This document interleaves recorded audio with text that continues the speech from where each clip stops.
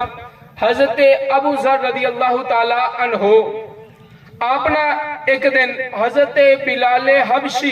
رضی اللہ تعالیٰ عنہ حضرت بلال اونے جنہاں نو اسلام قبول کرن تو بعد اینیاں شانہ بنیاں سارے سونے تھلے رہ گئے، بلال نو رب نے کعبے دی چھاتے چڑھا دیتا گیسی اے مصطفیٰ دے ذریعے سنو بہرحال حضرت بلال حبشی رضی اللہ تعالیٰ عنہ آپ نے جدو اسلام قبول کیتا نا تو حضرت ابو ذر نے فرمایا او کالی ماں دے پترا، اے کالی ماں کے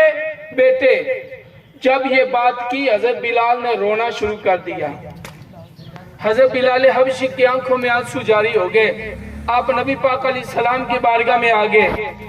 آنکھ عرض کرنا شروع کیا، یا رسول اللہ صلی اللہ علیہ وسلم، پہلے تو میں کافروں کے اندر تھا، وہ لوگ مجھے تکلیفیں دیتے تھے، آقا مجھے تنگ بھی کرتے تھے،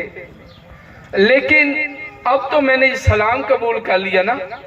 اب بھی آقا مجھے لوگ تانے دے رہے ہیں۔ نبی پاک نے فرمایا بلال کیا ہوا؟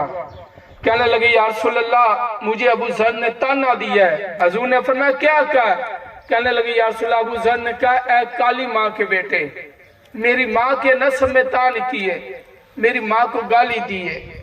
نبی پاک علیہ السلام نے فرمایا بلال جی آقا۔ حضرت بلال رو رہے، آنکھوں میں آنسو جاری ہیں، آقا کفار نے بھی تکلیفیں دی، سلام قبول کیا پھر بھی تکلیفیں مل رہی۔ جب یہ بات کی نا تو نبی پاک علیہ السلام نے فرمایا بلال جی آقا، فرمایا واپس جاؤ ابو ذر کے پاس، جا کے ابو ذر کو کہنا ہے کہ ابو ذر،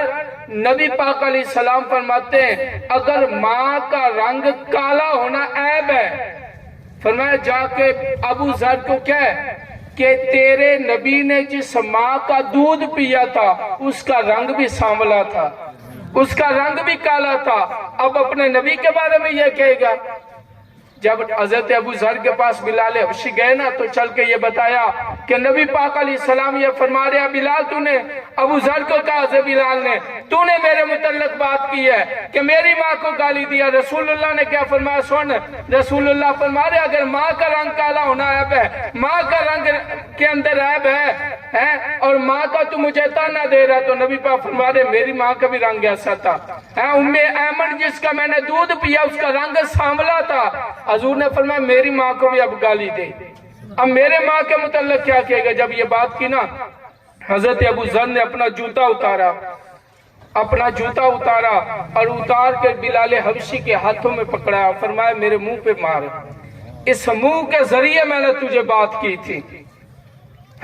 اسلام یہ درس دیتا ہے، اسلام کا عزت دیندہ ہے، ساڑھا اسلام چھوٹا ہوئے وڈا ہوئے ہر ایک نے عزت دیندہ ہے، لیکن اساں جڑا نا حسب نسل دکھتے اساں بڑے فخر کرنے شروع کر دینے ہیں، او جی کمیاں دبا لے، او جی فلانے دبا لے، او فلانے دا ماں نو وے کے پیو نو وے کے تانے دینے۔